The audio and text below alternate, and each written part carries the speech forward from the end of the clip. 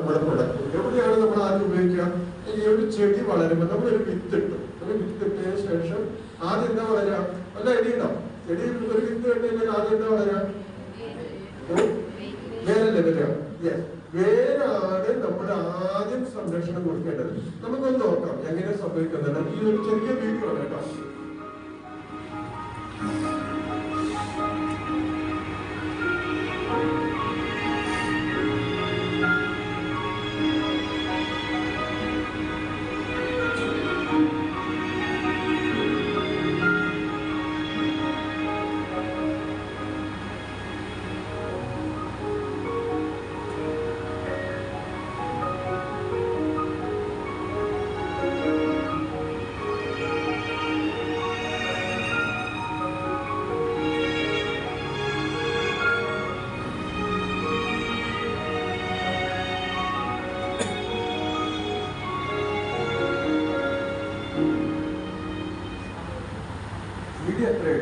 എന്തിനാ ഞാനത് കാണിച്ചത്?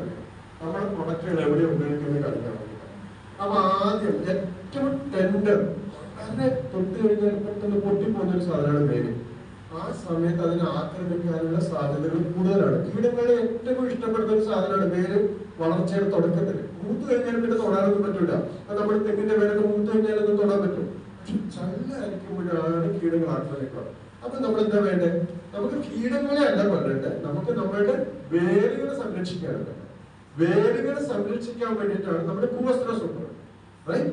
അപ്പൊ ഭൂവസ്ത്ര സൂപ്പറിനുള്ളത് അത് ബെൻഡോഡൈറ്റ് എന്ന് പറയും. കാൽസ്യം ബെൻഡോഡൈറ്റ് എന്ന് പറഞ്ഞ ഒരു പ്രൊഡക്റ്റ് ആണ്. നമ്മൾ അഗ്നിപർവ്വതത്തിൽ നിന്നും കിട്ടുന്ന ഒരു ലാഭേന്റെ പ്രൊഡക്റ്റ്. ആ സാധനമാണ്. അതിന്റെ മേലെ നമ്മൾ കോട്ടിങ് ചെയ്യും.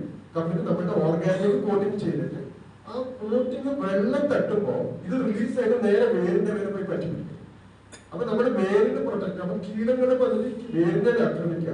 അപ്പൊ അവര് പാരലൈസ് ആയിട്ട് ചാവും. നമ്മുടെ ഉദ്ദേശം കീടങ്ങളെ ഇല്ലാണ്ടാക്കലല്ല, നമ്മുടെ ഉദ്ദേശം നമ്മുടെ കൃഷിയെ സംരക്ഷിക്കലാണ്. അതിനാണ് ഭൂവസ്ത്ര സൂപ്പർ ഉപയോഗിക്കുന്നത്. നമ്മളിപ്പോ ആ പേജിലേക്ക് പോവാണ്. അപ്പൊ ഭൂവസ്ത്ര സൂപ്പർ ഉപയോഗിക്കുമ്പോൾ നമുക്കത് വായിക്കാം.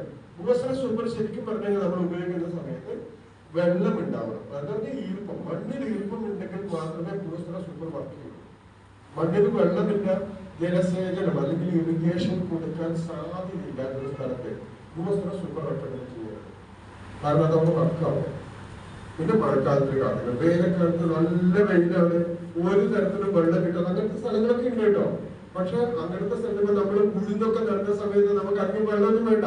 പക്ഷെ ഈ ഭൂവസ്ത്ര വർക്കാവില്ല. ഭൂവസ്ത്ര വേണമെന്നുണ്ടെങ്കിൽ വെള്ളം. അപ്പൊ ഈർപ്പം മണ്ണിലുള്ള സ്ഥലത്ത് മാത്രമേ ഭൂവസ്ത്രക്ക് അപ്ലിക്കേഷൻ ഉള്ളൂ. ഇതൊരു പോയിന്റ് ആണ്, നോക്കിയതോളൂ കേട്ടോ. ബോറടിക്കുന്നുണ്ടോ?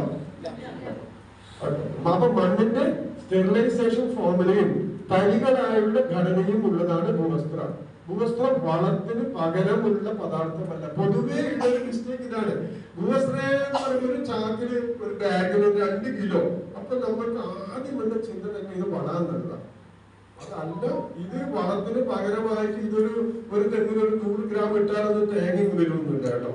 ഉള്ള കാര്യം പറഞ്ഞു കഴിഞ്ഞാൽ വളത്തിന് വളം തന്നെ ഇടണം. പക്ഷെ അതിന് അളവ് പകരം. അപ്പൊ ഇത് വളത്തിന് പറഞ്ഞത് സ്റ്റെറിലൈസ് ചെയ്യണം. മണ്ണിനെ സ്റ്റെറിലൈസ് ചെയ്യാനുള്ളതാണ് ഭൂവസ്ത്ര സൂപ്പർ. റൈറ്റ്? ഭൂവസ്ത്രം മണ്ണിൽ നിന്നുള്ള വെളുത്ത പുഴുക്കൾ, ചിതൽ, തണ്ടുരപ്പൻ, ഒച്ചുകൾ, പുൽച്ചാടികൾ എന്നിവ ഒഴിവാക്കാൻ സഹായകരമാണ്. ഇതൊക്കെ പ്രൂഫ് ഉള്ളതാണ്. നമ്മളത് ഉപയോഗിക്കുമ്പോൾ തന്നെ അതിന്റെ റിസൾട്ടൊക്കെ വന്നോളൂ. പിന്നെ ഭൂവസ്ത്രയിൽ അടങ്ങിയിട്ടുള്ള മരുന്ന് വെള്ളവുമായി സമ്പർക്കം പുലർത്തുമ്പോൾ വിഘടിക്കപ്പെടുന്നു. അപ്പൊ ഭൂവസ്ത്രത്തിന് ആയുസ് ഉണ്ട് കേട്ടോ. ഭൂവസ്ത്രയുടെ ആയുസ് എന്ന് പറയുന്നത് 6 മാസമാണ്. എന്ന് പറഞ്ഞാൽ പാക്കറ്റിലല്ല, പാക്കറ്റിൽ 3 വർഷമാണ്. പൊട്ടിച്ച് മണ്ണിലിട്ടാൽ മണ്ണിൽ 6 മാസം കൊണ്ട് മാത്രമേ ഇത് കംപ്ലീറ്റ് ആയിട്ട് റിലീസ് ആവും. ഇപ്പൊ മനസ്സിലായില്ലേ? വെള്ളമില്ലാന്ന് വെച്ചോ. ഇപ്പൊ നമ്മള് കുറച്ച് ഈർപ്പമുണ്ട്, ഇപ്പൊ നമ്മൾ ഇട്ടു, പക്ഷെ പിന്നെ വെള്ളം ഇല്ലാന്ന് പറഞ്ഞാൽ ഭൂവസ്ത്ര വർക്ക് ചെയ്യില്ല. ആ ഈർപ്പം തീർന്നതോടുകൂടി അതിന്റെ കാര്യം കഴിഞ്ഞു. 6 മാസം എടുക്കും ഫുള്ള് റിലീസ് ആവാൻ. അതിന്റെ മേലെയുള്ള കോട്ടിംഗ് ഇല്ലേ, ആ കോട്ടിംഗ് റിലീസ് ആവാൻ വേണ്ടിട്ട് 6 മാസം എടുക്കും. അപ്പൊ തെങ്ങിനൊക്കെ ഇടുമ്പോൾ 2 പ്രാവശ്യം ഇടണം കൊല്ലത്തിന്റെ ഭൂവസ്ത്ര. അതാണ് അതിന്റെ പറഞ്ഞുകൊണ്ടിരുന്നത്. നിങ്ങൾക്ക് മനസ്സിൽ വെച്ചാൽ മതി. അപ്പൊ വെള്ളമില്ലെങ്കിൽ അല്ലെങ്കിൽ ഈർപ്പമില്ലെങ്കിൽ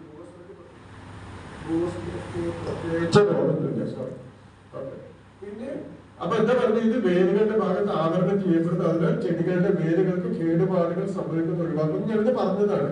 നിങ്ങൾ മണ്ണിൽ വിത്ത് വിതക്കാനമായി നിലമൊരുക്കുമ്പോഴും തൈകൾ പറിച്ചു നടുമ്പോഴും ഉപയോഗിക്കാം. വിത്ത് വിതയ്ക്കുന്ന സമയത്ത് വിത്തുമായോ വളങ്ങളുമായോ ഭൂവസ്ത്രം കൂട്ടിച്ചേർക്കാവുന്നതാണ്.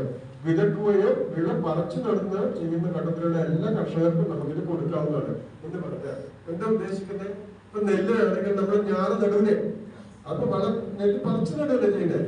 പക്ഷെ അത് ഹൈബ്രിഡ് വെറൈറ്റി മാത്രമേ നമ്മൾ പറിച്ചു നടാറുള്ളൂ. കൈമ പോലെയുള്ള അല്ലെങ്കിൽ ജീരകശാല പോലെയുള്ള അരിയാണെങ്കിൽ നമ്മൾ പറിച്ചു നടൂല. 150 ദിവസം കാലാവധിയുടെ നെല്ല് നമ്മൾ വിളക്കുക ചെയ്യാം, വിളച്ചിട്ട് അവിടെ തന്നെ കൊയ്തെടുക്കുക ചെയ്യാം. പക്ഷെ അതേ സമയത്ത് നമ്മള് പോലെയുള്ള നെല്ലാണെങ്കിൽ നമ്മൾ വിതച്ച് നമ്മൾ ഞാറ് പറിച്ചു നടും. പറിച്ചു നടുന്ന സമയത്ത് നമുക്കിത് ഉപയോഗിക്കാവുന്നതാണ്. അതാണ് ഉദ്ദേശിച്ചത്. അപ്പൊ ഇവിടെ പറയുന്ന കുറച്ച് കൃഷികളുടെ പേര് പറയുന്നത് കിലോ, ഓറഞ്ച് എന്നൊക്കെ പറയുന്നുണ്ട്. അങ്ങനെയുള്ള എല്ലാത്തിനും ഉപയോഗിക്കാം. മണ്ണിലേക്ക് നേരിട്ട് പ്രയോഗിക്കണം. ഇത് സ്പ്രേ പമ്പിലേക്ക് സ്പ്രേയും ഒന്നും നടക്കൂല. ഇത് നേരെ മണ്ണിലേക്ക് തന്നെ പോകണം. ഒന്നുകിലും നമ്മൾ ഇൻഡിവിജ്വൽ ഇപ്പൊ വെള്ളരി പോലെയുള്ള ചെടികളാണെങ്കിലോ ഒക്കെ നമുക്ക് ആ തടത്തിൽ തന്നെ കുറേശ്ശേ ഇട്ട് കൊടുക്കാം. ഇനി അങ്ങനെ അല്ലെങ്കിൽ നമുക്ക് വളത്തിന്റെ കൂടെ തന്നെ നമുക്ക് കണ്ടത്തിലേക്ക് നേരിട്ട് കൊടുക്കാം.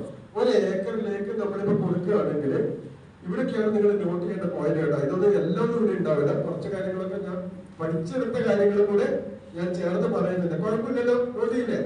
ഓക്കെ. അപ്പൊ ഇവിടെ എന്താ പറഞ്ഞത് മണ്ണ് തയ്യാറാക്കുന്ന സമയത്ത് നമ്മളിപ്പോ പറഞ്ഞതിന്റെ ഒന്നുകൂടെ റീക്യാപ്പ് ചെയ്താണ്.